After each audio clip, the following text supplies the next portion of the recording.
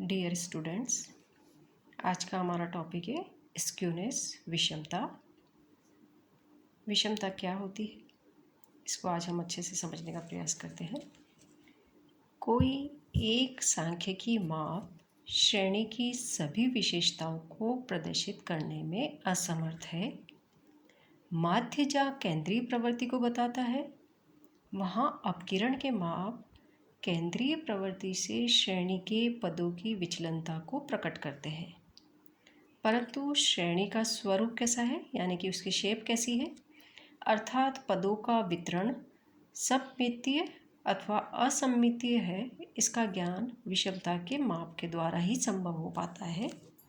विषमता का अर्थ, meaning of skewness, किसी समंकमाला में सममिति के अभाव को विषमता अथवा असममितता कहते हैं।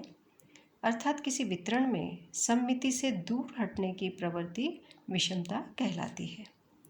सिम्पसन व काफ्का के अनुसार विषमता अथवा असममिति किसी आवृत्ति वितरण की एक विशेषता है जो वर्ग के एक ओर अधिकतम आवृत्ति के साथ दूसरी ओर की अपेक्षा अधिक बढ़ जाती है। विषमता का माप, मेजर ऑफ स्क्यूनेस, एक ऐसा संख्यात्मक माप होता है जो किसी समंकमाला की असममिति प्रकृति को प्रकट करता है।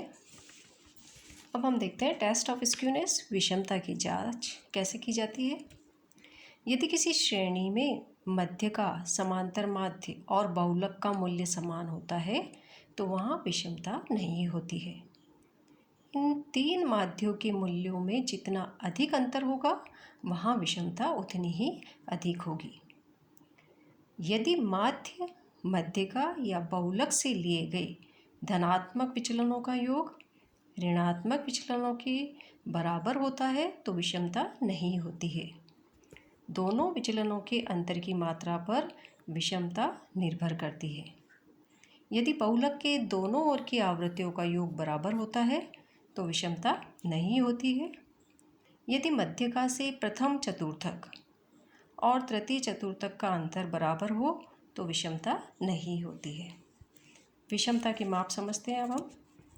विषमता की धनात्मक एवं ऋणात्मक प्रकृति का ज्ञान प्राप्त करने के लिए विषमता के माप का प्रयोग किया जाता है। विषमता माप निरपेक्ष, सब्जेक्टिव व सापेक्ष, रिलेटिव दोनों हो सकते हैं। विषमता के निरपेक्ष माप द्वारा श्रेणी में विषमता की कुल मात्रा का तथा उसके धनात्मक या ऋणात्मक होने का पता लगता है, किंतु यह माप तुलना योग्य नहीं होते हैं। ये तुलनात्मक अध्ययन के लिए सापेक्ष माप निकाले जाते हैं, जिनको विषमता गुणांक कहते हैं। विषमता ज्ञात करने के लिए अनेक सूत्र हैं, परंतु हम यहाँ केवल दो ही सूत्रों का अध्ययन करेंगे, क्योंकि हमारे पाठ्यक्रम में ये दो ही सूत्र हैं। पहला है Karl Pearson's coefficient of skewness और दूसरा है बाउलेस कोफिशिएंट ऑफ स्क्यूनेस। पहले हम समझते हैं Karl Pearson's coefficient of skewness. इसका फॉर्मूला हम देख रहे हैं, विषमता skewness equal to mean minus mode.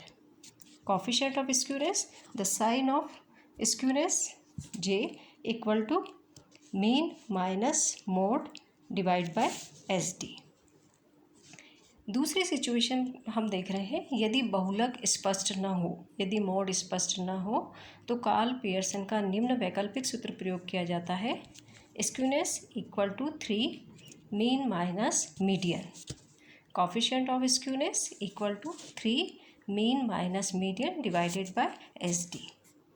विषमता गुणांक की सैद्धांतिक दृष्टि से कोई निश्चित सीमा नहीं है, परंतु व्यवहार में साधारण असममितीय वितरण में विषमता गुणांक ए सिचुएशन में ±1 के अंतर्गत रहता है और बी सिचुएशन में ±3 के अंतर्गत रहता है।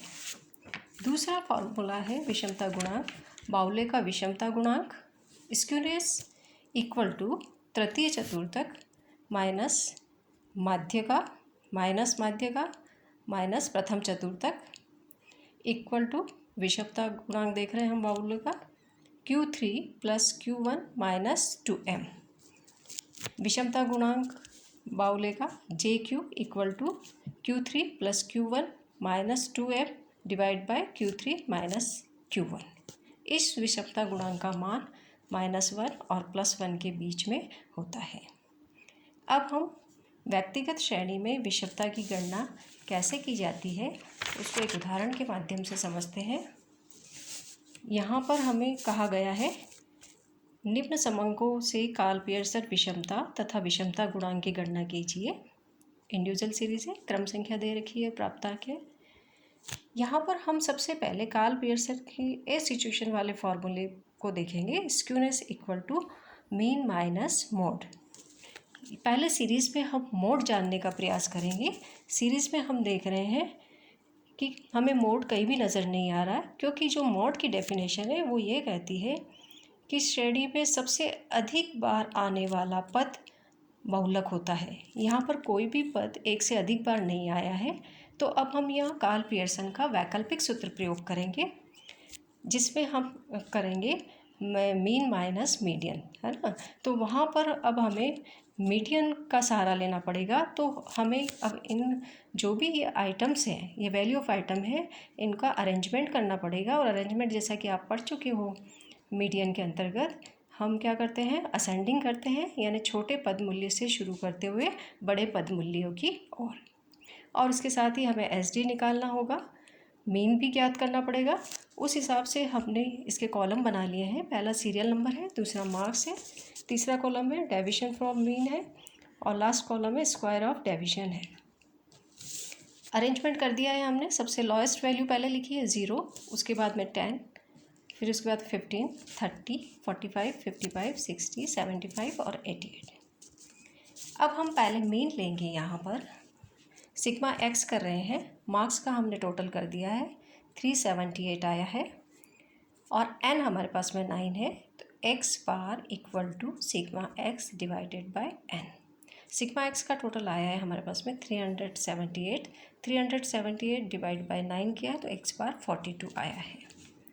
अब हम माध्य से विचलन ले रहे हैं, x माइनस एक्स बार कर रहे हैं, x सीरीज से x बार को माइनस कर रहे हैं। 0 minus 42 minus 42, 10 minus 42 minus 32, 15 minus 42 minus 27, 30 minus 42 minus 12, 45 minus 42 plus का 3, 55 माइनस 42 13, 60 माइनस 42 18, 75 माइनस 42 33 और 88 माइनस 42 46। इस तरह से हमने विचलन ले लिए हैं मीन से। अब हम इन विचलनों का वर्ग कर रहे हैं। -42 इंटू -42 1764 आया है। -32 into -32 1024, -27 into -27 729, -12 into -12 144, 3 into 3 9, 13 into 13 169, 18 into 18 324, 33 into 33 1089, 46 into 46 2116। इस तरह से हमने विचलनों का वर्ग प्राप्त कर लिया है, वैल्यूज़ प्राप्त कर ली है। अब हम इन सब का टोटल कर दिया है तो सिग्मा डी स्क्वायर आया है 7368। कार्ल पियर्सन विषमता गुणांक के हिसाब से हमें मीडियन कैलकुलेट करना है। मीडियन जैसा कि फॉर्मूला आपको पता है, median equal to n+1 divided by 2th item. n हमारे पास में 9 है, 9+1 divided by 2, 10/2 5th item. 5th item की जो वैल्यू है सीरीज़ में, value of the 5th item is 45। तो मीडियन हमारा कितना आया, 45 मार्क्स। अब हम स्क्यूनेस देख रहे हैं। स्क्यूनेस का फॉर्मूला है 3 mean minus median, 3 42 minus 45 minus का 3 बचा है अंदर, 3 मल्टीप्लाइड बाय -3 -9 स्क्यूनेस आई है। अब हम प्रमाप विचलन ज्ञात कर रहे हैं, क्योंकि विषमता गुणांक के लिए हमें प्रमाप विचलन भी चाहिएगा। Under root sigma d square divided by n किया है हमने, 7368 डिवाइडेड बाय 9 किया है, तो अंडर रूट में आया है 818.66 और इसका वर्गमूल निकाला है तो 28.61 आया है। अब हम विषमता गुणांक का formula j equal to 3 mean minus median divided by SD, values हमने सब्स्टिट्यूट कर दी है। जो वैल्यू सब्स्टिट्यूट की है उसमें वही है 3 इंटू -3 डिवाइडेड बाई 28.61।